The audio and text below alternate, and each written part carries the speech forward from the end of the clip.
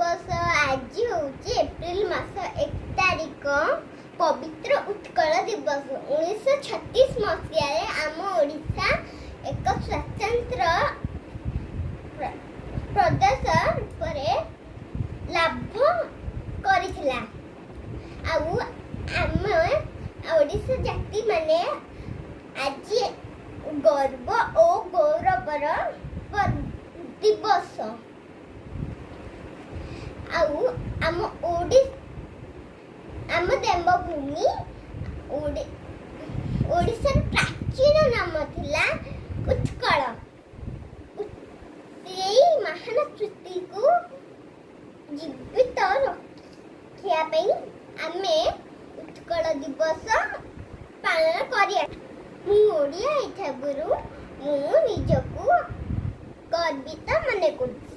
Thank you.